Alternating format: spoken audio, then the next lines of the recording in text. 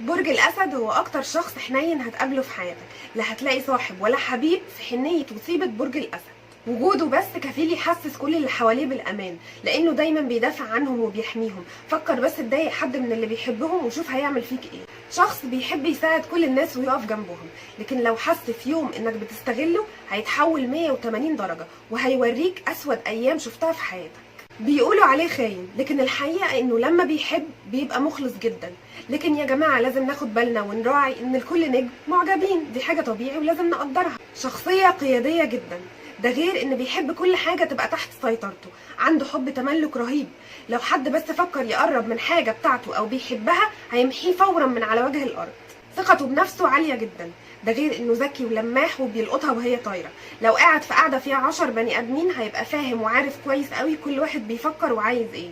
وبالرغم من انه دايما بيحب يفضل عامل مش فاهم، الا انك لو فكرت في يوم تستغباه او تستهون بذكائه هتلاقيه بيطلع لك كل سيديهاتك وبيفرج عليك الناس.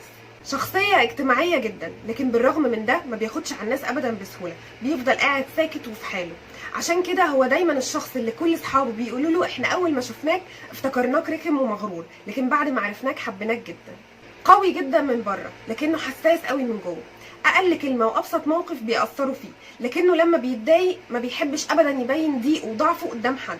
بياخد بعضه ويقعد على جنب يقفل عليه بابه لحد ما يهدى ويبقى كويس، وبعدين يرجع تاني يتعامل مع الناس ولا كأن في حاجه حصلت. الخلاصه انك لو عايز حبيب بجد، لو بتدور على صاحب جدع، لو عايز سند، مش هتلاقي احسن من برج الاسد.